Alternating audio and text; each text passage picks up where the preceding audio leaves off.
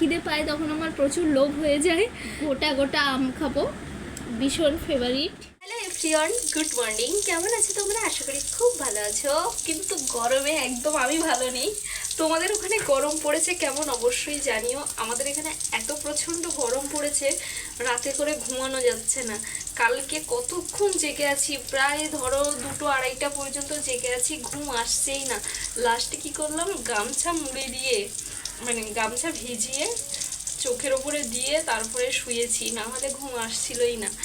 আর সকাল তো অনেকক্ষণ আগে উঠেছি, ভিডিওটা শুরু করিনি, কারণ কি করব বুঝতে পারছিলাম না কিভাবে শুরু করব। সকাল থেকে সেইভাবে কিছু করিনি, একটু পড়াশোনা করার ছিল সেটাই করছিলাম। আর এখন আমি রান্না করছি, খুবই সিম্পল রান্না। গরমের সময় এই দিকটা এত পরিমাণে রৌদ্র আসে, তোমাদেরকে কি বলবো, যে এখানে বসে রান্না করা যায় না। তো কালকে ভাত বেশি ছিল, পান্তা করে নিয়েছি, আর এখন কিছু ভাজাভুজি করছি, চলো তোমাদের দেখাই। এই দেখো পটল ভাজছি, এখানে পটলগুলো একটু হালকা হালকা পোড়া পোড়া হয়ে গেছে, পটল ভাজছি। এদিকে ভেন্ডি ভাজবো বলে ভেন্ডি কেটে নিয়েছি, নুন হলুদ মাখিয়ে নিয়েছি, এই যে। আর এই দেখো পান্তা।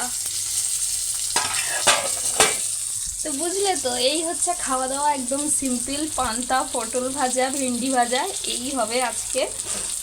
গরমের সময় আর কিচ্ছু করতে ইচ্ছে করছে না। পটলটা তো ভাজা হয়ে গেছে, পটলটা তুলে নেব, নিয়ে চলো ভেন্ডিটা তাহলে দিয়ে দিই। এই যা তেল আছে এর মধ্যে আমার ভেন্ডি ভাজাটা হয়ে যাবে। বেকার অত তেল এ করে দরকার নেই। আর এমনি গরমের সময় একদম ভালোও লাগে না অতিরিক্ত তেল মশলাপাতি।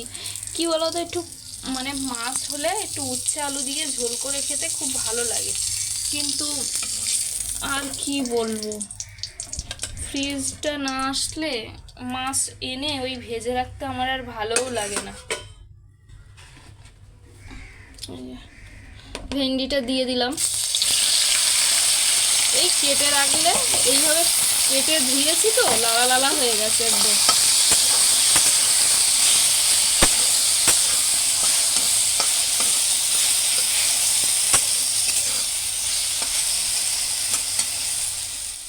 আর এর সাথে একটা পেঁয়াজ কেটে নেবো, কাঁচা পেঁয়াজ, তাহলে ভালো হবে। অ্যাকচুয়ালি কি বলতো হয়েছে কি ব্যাপারটা, আজকে একটু ঠাকুরঘরটা পরিষ্কার করবো ভাবছি। অনেক দিন ঠাকুরঘরটা ভালোভাবে পরিষ্কার করা হয় না, একটু ধুল ধুল মতো জমে গেছে। তো এই ঠাকুরঘরটা পরিষ্কার করব, তাই রান্নাটা হলেই চান করে নেব। ভালো লাগছে না, কি বলি। তোমাদের ওখানে কেমন গরম পড়েছে বলো কিন্তু, আমাদের তো বিশাল বাজে অবস্থা। তার উপরে ছাদের উপরের ঘর তো মানে প্রচণ্ড গরম। এই দেখো খেতে বসে গেছি, আজকে খাবো মুড়ির সাথে পান্তা, যেটা আমি ছোটোবেলায় খেতাম আর আমার ভীষণ ফেভারিটও বলতে পারো। মানে বরকে দিয়েছি শুধু পান্তা, আর এদিকে দিয়ে নিয়েছি পেঁয়াজ, ভেন্ডি ভাজা, পটল ভাজা। তো চলো খাওয়া শুরু করা যাক।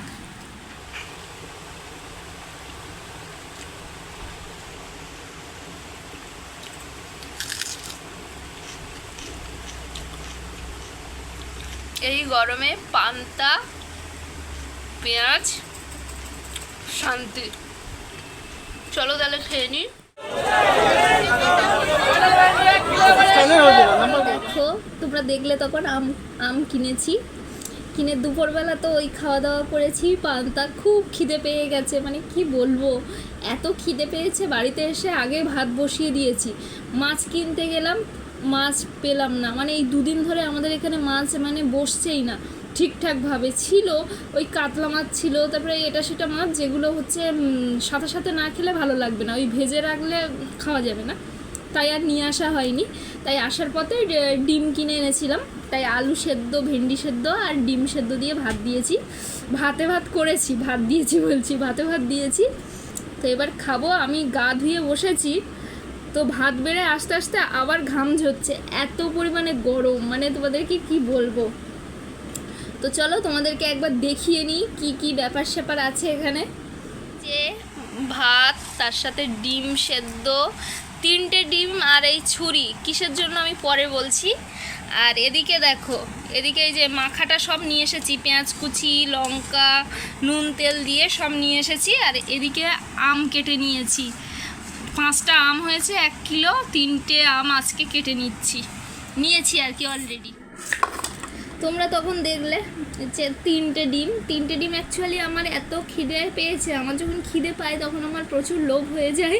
তো লোভ হওয়ার কারণে দুজনের 2টো গোটা ডিম আর আরেকটা হচ্ছে তোমার হাফ মানে 1.5খানা করে ডিম খাবো। মানে খিদে পেয়েছে তো তাই বেশি লোভ হয়ে গেছে, না হলে একটা করেই খাই। আমার বর এমনি সিদ্ধ ভাত তেমন পছন্দ করে না, কিন্তু আজকে বলেছে করে নাও সিদ্ধ ভাত, কারণ মাছ নেই, কি দিয়ে রান্না করবো বলো।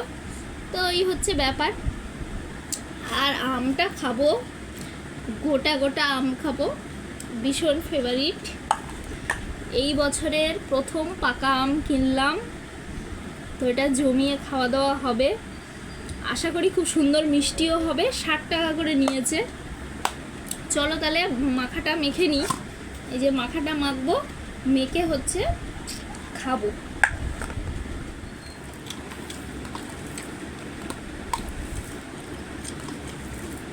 নুন টুন লাগবে?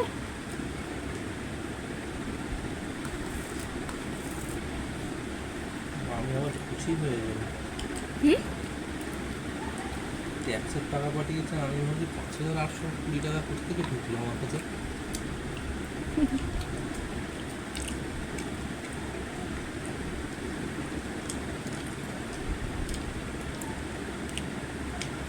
ইংরেজ বনাম গোপাল। তো দেখো খেতে তো বসে গেছি, আর কি বলবো, যখন তোমার খিদে পাবে তখন এই সিদ্ধ ভাতই অমৃত লাগবে। তো আমার বেশ ভালো লাগে, ছোট থেকে সিদ্ধ ভাত খেতে আমি ভালোই বাসি। আর আলু আর ভেন্ডি দিয়ে মাখলে আমার বেশ ভালো লাগে। শুধু ভেন্ডি মাখা আবার বেশ মানে অতটা পছন্দ করি না, আলুর সাথে ভেন্ডি মাখা হলে বেশ সুন্দর লাগে।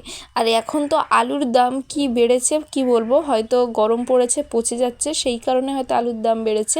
আলুগুলো ভাতে দিলাম, কিন্তু কিছুটা করে আলু কেমন শক্ত হয়ে আছে। আমার তো মনে হয় যে হয়তো ওগুলোও পচে যেত কদিন পরে। তো তারপরে তো যেটুকু ভালো ছিল সেটুকু দিয়েই মেখে দিয়েছি। আর দেখো বর তো একদম গোলা খেতে চায় না, ওই জন্য অল্প করে নিয়েছে। আর এদিকে সিনেমা দেখছিলাম না, অ্যাকচুয়ালি আমরা গোপাল ভাঁড় দেখি খাওয়ার সময়।